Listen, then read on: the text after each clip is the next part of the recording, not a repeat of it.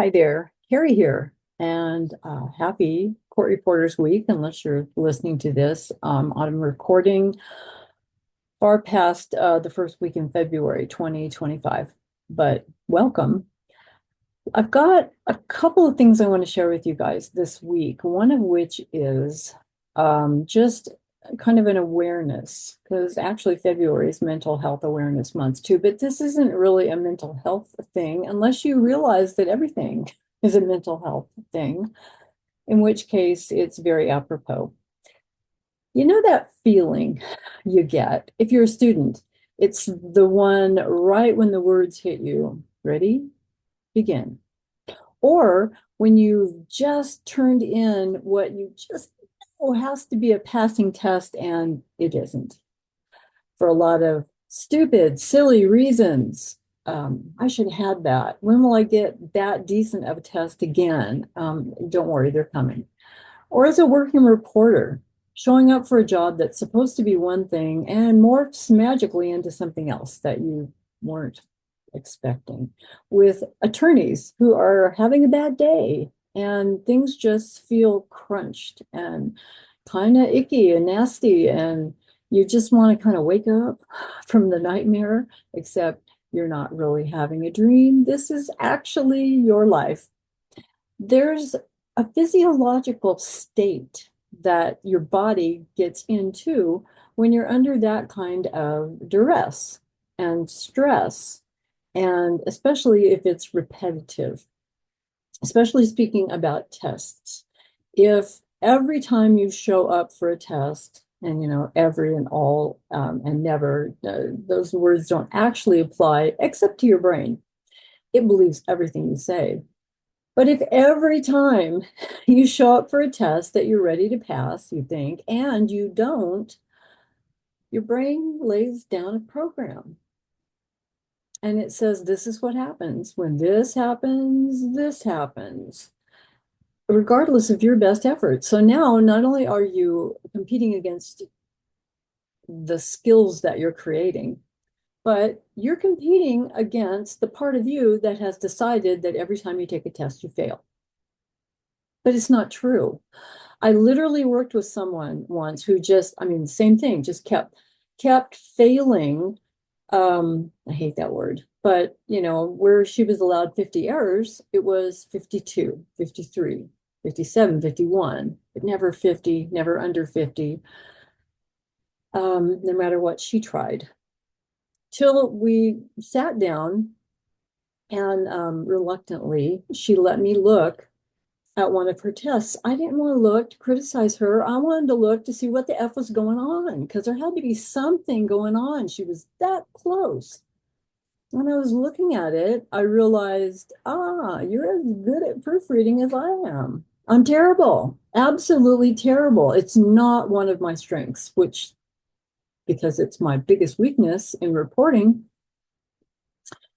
second only to speaking up often enough. It becomes one of my strengths because I know it now. That just realizing what you're good at and what you're not good at and compensating for it.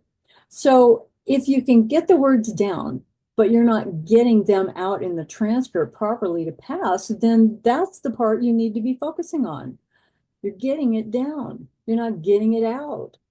So, and have somebody, swallow your pride, have somebody help you look at it and say, why was this test not a pass? That's not a bad thing. It may be the only thing that gets you out of school. And truly, if you're not transcribing at least 3 minutes of something every single day, you're going to be in school forever. I'm going to let that just sit there for a moment. I know, because I was in school for a couple of years longer than I had to be, because, well, that wasn't really good enough for a pass, so I'm not going to transcribe it. No, that one didn't feel like it was really a pass, so I'm not going to transcribe it. Or starting to transcribe it, and the minute I got to 50 errors, said, well, F this, it's obviously it's not a pass. And just letting it go, waiting for the next test. And it's almost like maybe you're practicing Like, I mean, repeating a procedure, not practicing. Repeating a procedure, that is the thing that's not letting you pass. It's like, you know, practice makes perfect. Nah, not really. Practice makes you better at what you're practicing. Practicing for accuracy, practicing for accuracy and speed gets you accuracy and speed.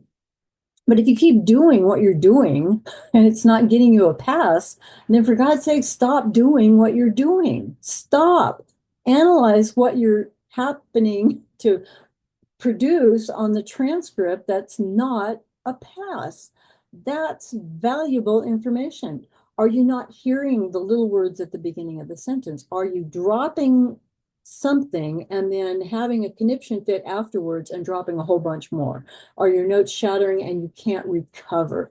It's not the dropping that's the problem. It's the thoughts that go with it and the aftermath. It's not being able to recover quickly. It's drop and recover, drop, take a breath, jump in, and keep going. It's the recovery part. And the recovery becomes hard because, frankly, your hearing goes a little wonky and your brain is saying you might as well quit because you've already failed. And that part of your brain that's frantic and runs on fear can't even add. I know, because the California test, the first one I took where I missed it by 5, in the middle, I had a huge drop. And it wasn't the drop that made me not pass. It was 7 errors that were this and that, because I have a lazy or an overactive thumb, one or the other. Still do after 40 years. It's one of my weaknesses. But I know about it. So I have more control over it. But here I was dropping in the middle of the test. And it's like I heard my brain say, oh my God, you dropped. Oh my God, you dropped again. You messed up. You might as well quit now because you've already failed. And looking back at it, like I dropped something, I dropped something else, I dropped and messed up. And how many errors was that? Because I'm allowed 50. And obviously you can't even count because you just told me I should quit. Where's the other 45 errors that you're seeing that I know aren't there? But you don't have that kind of time to chunk it down and analyze that that part of your brain is full shit. It just is. That part of your brain wants to keep you away from something that it perceives as a threat or a danger. And guess what? Or a problem.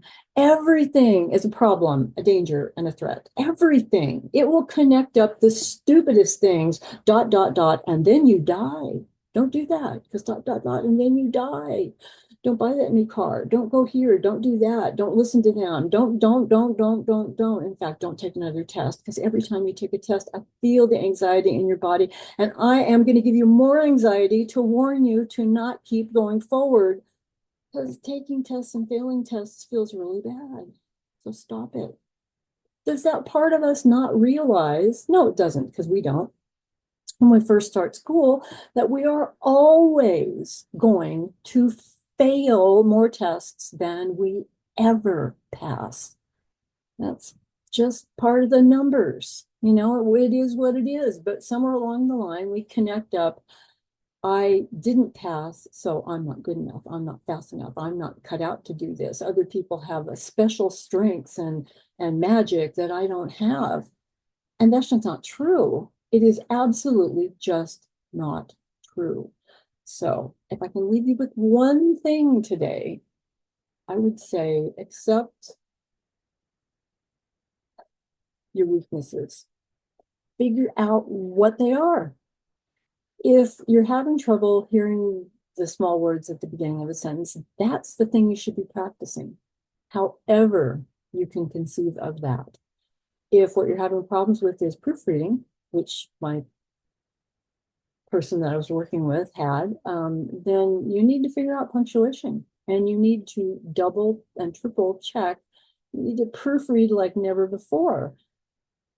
And then when you're out in the field, get somebody to proofread so that you don't have to proofread like never again. Um, Figure out your strengths, figure out your weaknesses, really work on your weaknesses. We do the hard stuff now in school. because it makes work easier later. You don't want to be working on the hard stuff after you're out in the field. You just don't. So this is an opportunity to really work on the things that need the work and to not worry about things that don't. I hope you guys have a great week. I'll talk to you again soon.